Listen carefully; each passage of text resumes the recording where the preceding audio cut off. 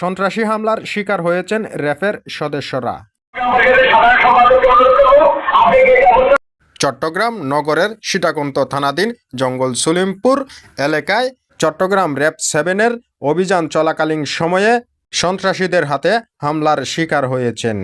এই হামলায় একজন নিহত হয়েছেন বলে জানা যায়। পরবর্তী সময়ে ঘটনাস্থলে স্থানীয় থানা পুলিশ এসে র্যাবের সদস্যদের উদ্ধার করে।